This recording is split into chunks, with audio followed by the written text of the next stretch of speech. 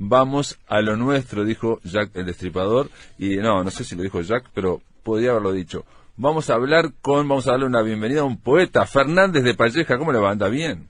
Pero muy bien, ¿cómo anda, Pablo? ¿Todo bien? Andamos bien. Ignacio Fernández de Palleja, ustedes lo conocerán como Fahrenheit 450, pero ahora lo estamos invitando como poeta. También lo habrán conocido como el autor de los cuentos Educación, que hablamos. Bueno, es el mismo que vamos a hablar ahora. ¿Cómo le va? Bien, acá estamos. No sé si soy el mismo realmente, pero efectivamente sí he estado involucrado en esas actividades de las que me acusa. La poesía, digamos, no tiene nada que ver con la narrativa, te pregunto. El hecho, bueno, Fernández de Palleja es profesor de idioma español, bueno, colaborador de Lento, de La Máquina de Pensar, en fin, de una serie de cosas, pero aparte es autor de poemas como, de libros de poemas, no de poemarios, como Poemas Altibajos, en el 2011, Poemas desde un Peugeot rojo, ese me acuerdo que lo hablamos aquí, y Una carretera quieta. Poemas lingües, poemas que le dieron la vuelta al sol, ese no sé si lo hablamos, y poemas migrantes, tampoco sé si lo hablamos porque no tengo tanta memoria, pero puede ser, no sé, alguno de estos habremos hablado aquí en La Máquina de Pensar. De poemas que le dieron la vuelta al sol y de los tres últimos antes de este, que son los poemas analfabetos, creo que no hablamos, pero lo que pasa es que de pronto pueden ser una cantidad de libros muy rápido. Está bien. Pero, y digo, la pregunta inicial, ¿es lo mismo escribir, porque vos tenés también una obra narrativa, ¿no? De cuentos, ¿es lo mismo? No. Bueno, el trabajo es diferente, por un lado es diferente y por otro lado no. En realidad es un poco, digamos que escribir es la misma cosa, ¿no? Escribir es, no sé, teclear o garabatear o lo que sea. El tema es que los mecanismos que se mueven a la hora de escribir poemas no son los mismos que se mueven a la hora de escribir narrativa. Por lo menos yo cuando escribo narrativa, mi cabeza funciona diferente. A tal punto funciona diferente que cuando estoy escribiendo alguna cuestión narrativa no consigo pensar de otra forma. Todo lo que pienso tiene que ver con la historia, con esa historia que quiero contar y cómo la quiero contar, y tengo que armarme la escena y todo lo demás. En la poesía, lo que me pasa es que de pronto tengo alguna idea, alguna inquietud o algunas palabras que me resuenan y básicamente lo que estoy haciendo últimamente es que de alguna manera como que convierto mis pensamientos, mis inquietudes, particularmente ahora en 2020, ¿no?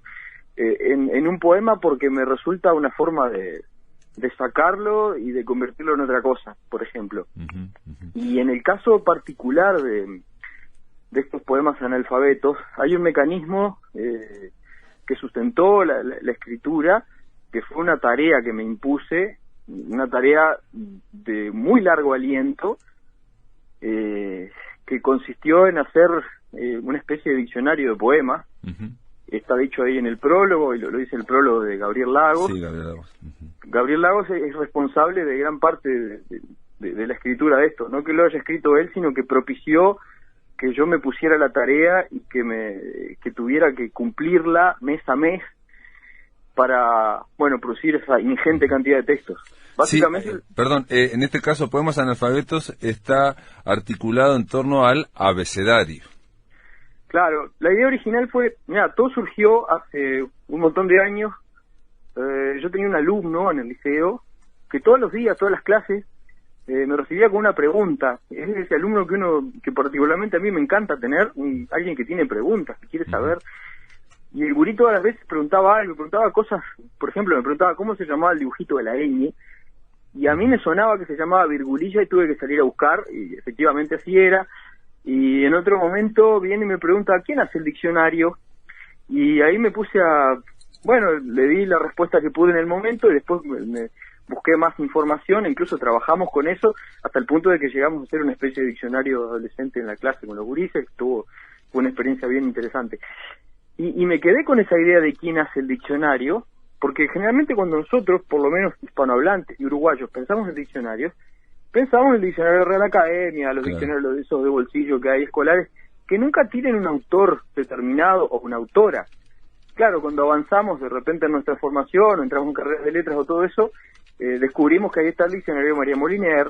De repente descubrimos, que acá lo estoy mirando, José María Valdía, que hizo el habla del pago, el diccionario del español del Uruguay. Tremendo. Bueno, ya lo hablamos de ese claro, sí. O el diccionario del español del Uruguay, para el cual también colaboró Valdía. Hay un poco de autor también ahí. O en Brasil, por ejemplo, el diccionario más popular es el Aurelio, porque el diccionarista era Aurelio Warques de Holanda, que es pariente de Chico y todo. Uh-huh. Y hay otro que se llama Weiss, que también es otra persona.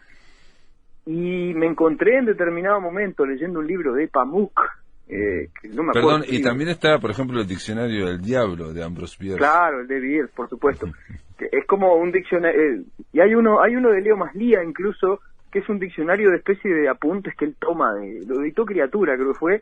Es una especie de diccionario de apuntes que él toma de libros, o de fragmentos que él selecciona de libros que leyó, que está bien interesante la lectura que él hace, porque bueno, siempre está más allá de lo convencional.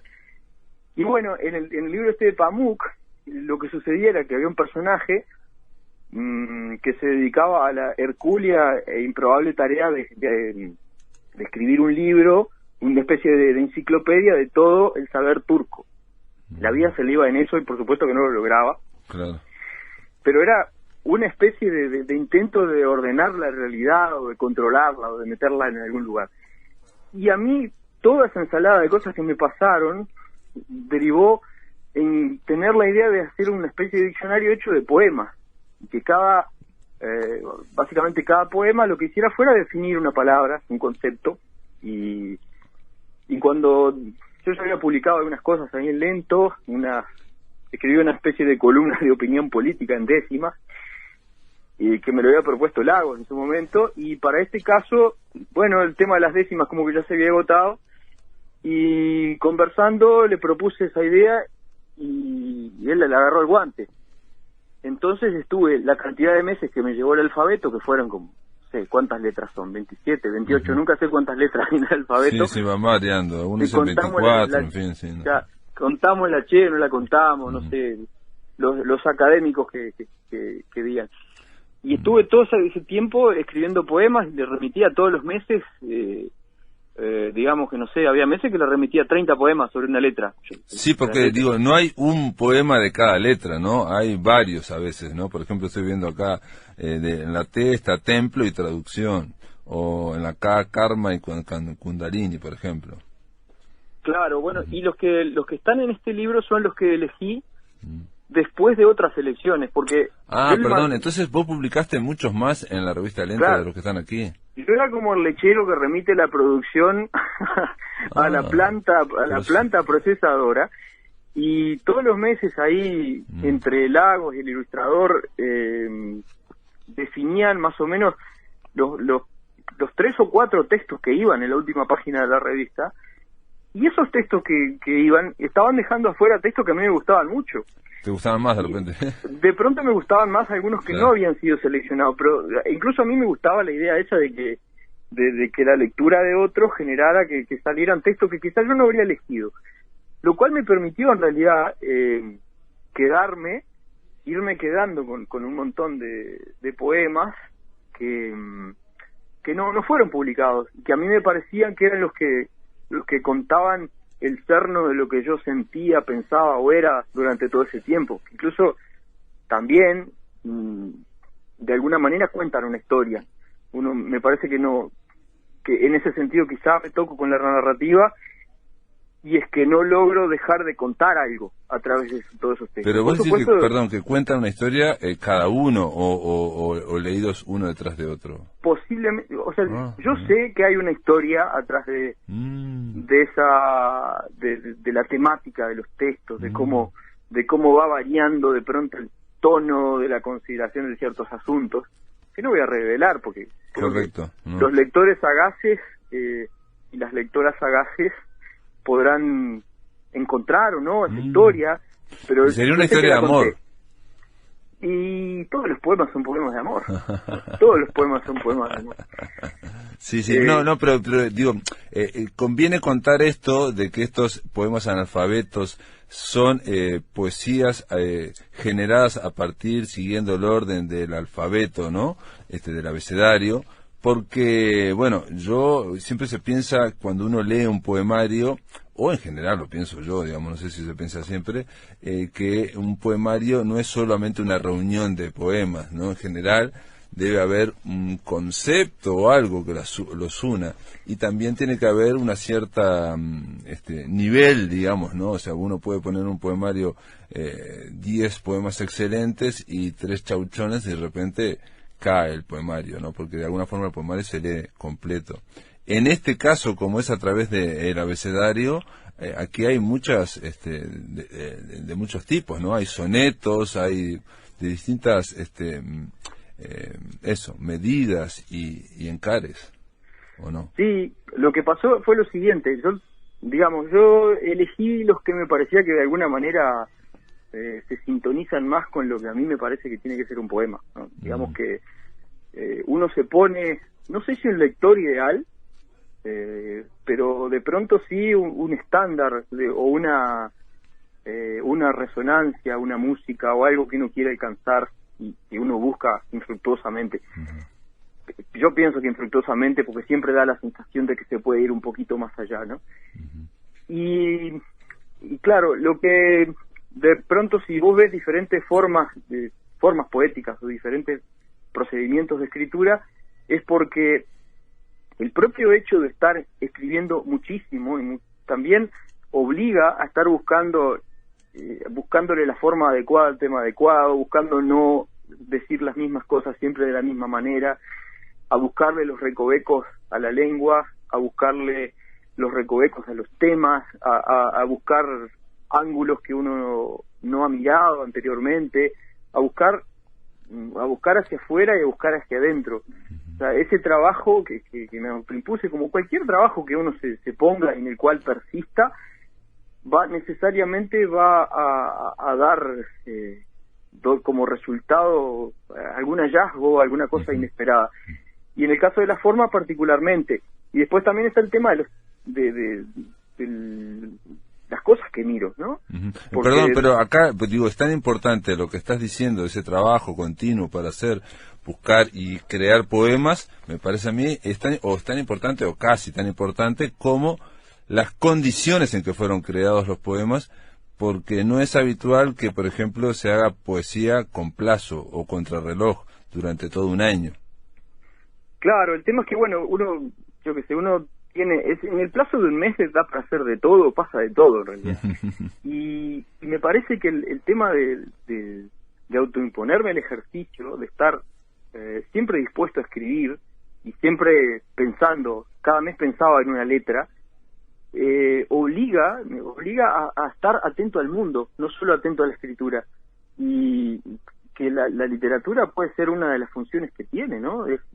Por lo menos a mí me pasa eso, y es que yo estoy robándole ideas a la realidad todo el tiempo, a la realidad mía cotidiana, por supuesto, pero de repente cosas que pasan en el informativo, que uno lee en internet o en lo que sea, o cosas que están pasando por ahí, que inciden en uno y uno las procesa de determinada manera. De todas formas, aquí, por ejemplo, estos poemas analfabetos no hay, que podría haber, hay otro tipo de poesía que la admite perfectamente, no hay señalamientos a la realidad más dura, digamos, ¿no? O sea, en un momento se habla del río Uruguay, por ejemplo, pero no a la realidad de todos los días, política, por ejemplo.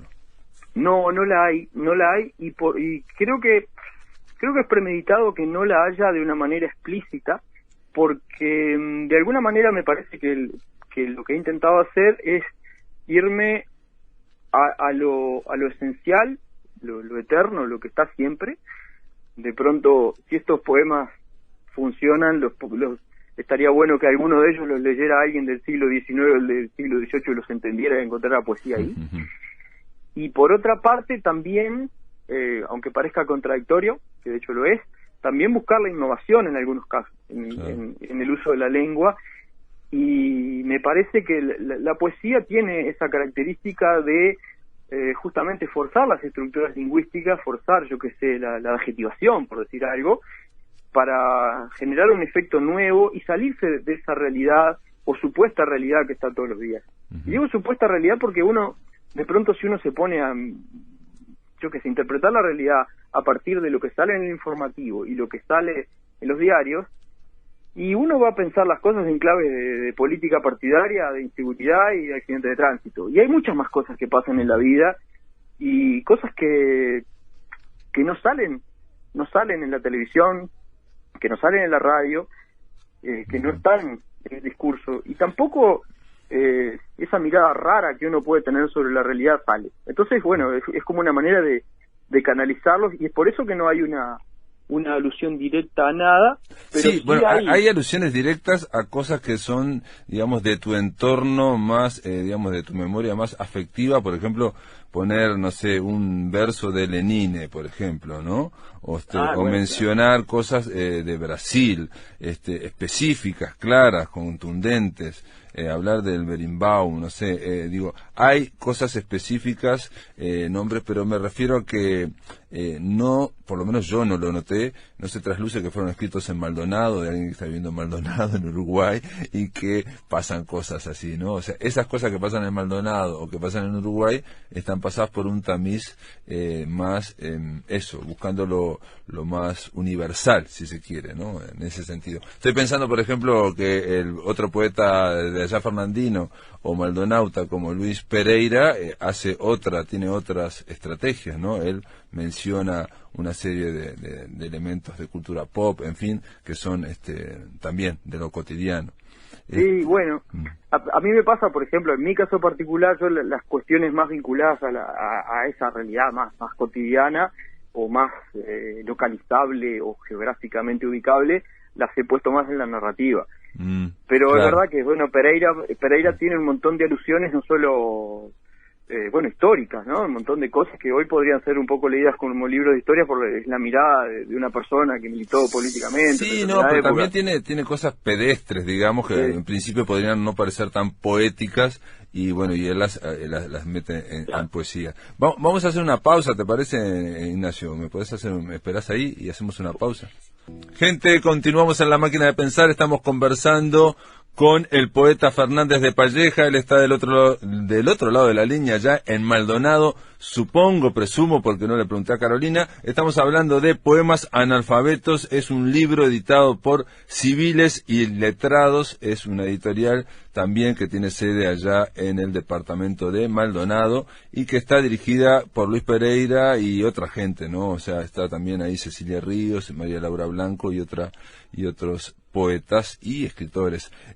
Fernández de Palleja, estábamos conversando sobre cómo fueron creados estos poemas analfabetos que de alguna forma fueron condicionados, o buscaste una especie de condicionamiento, ¿no? O sea, está el famoso taller de Lulipó, que buscaba restricciones lingüísticas para crear. Puede haber también restricciones de orden de, por ejemplo, que cada mes yo tengo que entregar 20 poemas, 10 poemas, y encima cada mes tengo que entregar poemas que tengan sobre palabras que vayan en el orden alfabético. Entonces yo tengo que ir al diccionario y buscar, bueno, vos tuviste que buscar qué palabras, por ejemplo, con B, sobre qué palabras con B o qué palabras, por ejemplo, con U ibas a hacer un poema. Bueno, con U, viviendo en Uruguay, estaba bastante fácil, pero por ejemplo con B elegiste baile, belleza, beso, por ejemplo, ¿no? O con R, rencor, o con la S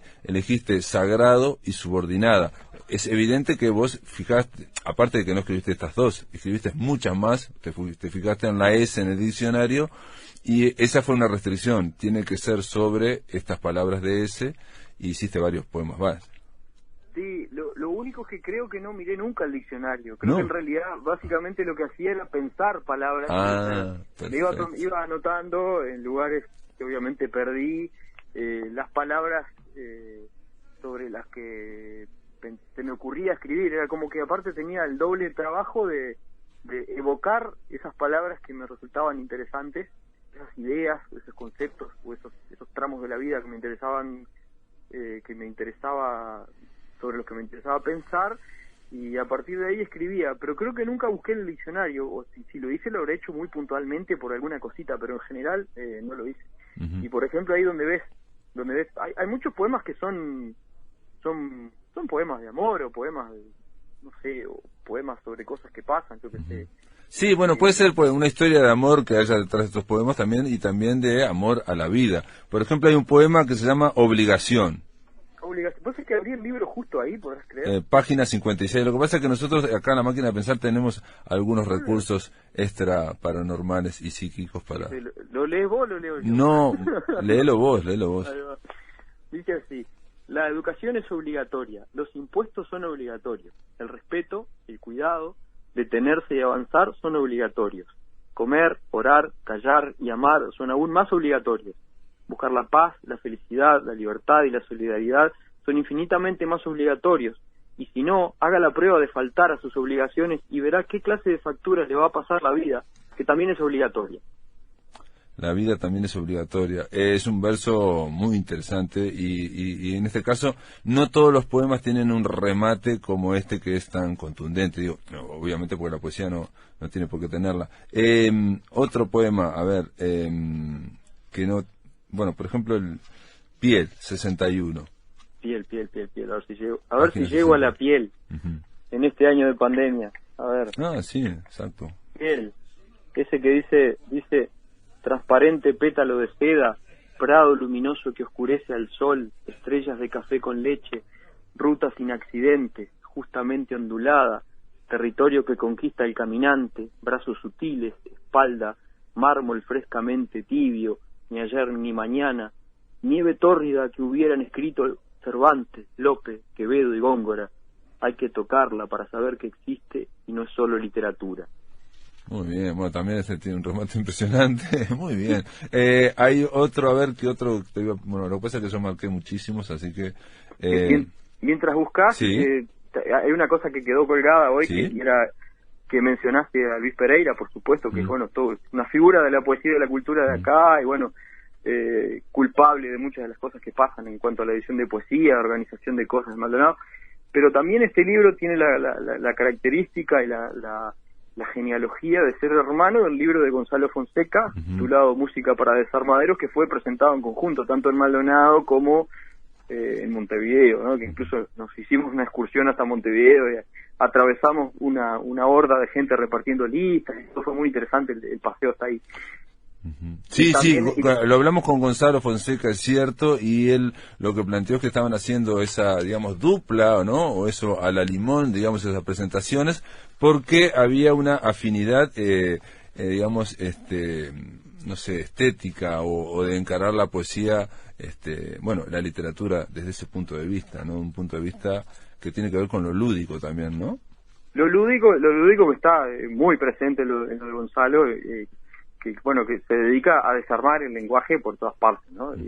Y a meterle que ahí donde tenemos quizá el vínculo más afectivo e indudable, a meterle tramos del relato de Silvio Luis, que era un relator de fútbol brasilero señero e increíble, que se metió en su poema. Y bueno, hace poco le escribí un poema yo que está por ahí en el blog, pero... Bueno, aquí digo, este poemario, Poemas Analfabetos, por lo menos para mí, está atravesado por muchas citas transversales de otras literaturas, ¿no? Por ejemplo, digo, ahora me acuerdo, pero yo sé que hay más. El infinito es una forma de hablar.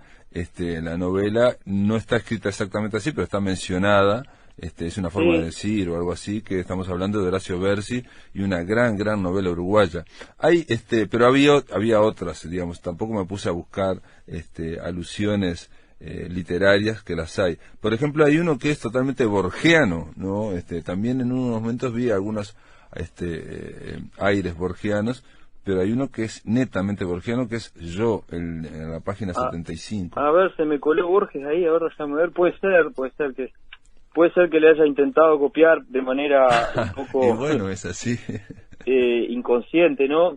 ¿Vos sabés que el tema de querer copiarle a Borges es algo que creo que no llegué a hacer? De hecho, que puede llegar a ser una especie de droga intentar copiarle a Borges, porque es absolutamente inimitable y único, ¿no? Pero es cierto que es inimitable y único, pero también es cierto que a uno algunas cadencias se le pueden, ¿no? Sí, y a uno se le puede pegar algo. Vos es que tenés cierta razón, ¿no? ver, Creo que sí, le puedo haber copiado algo.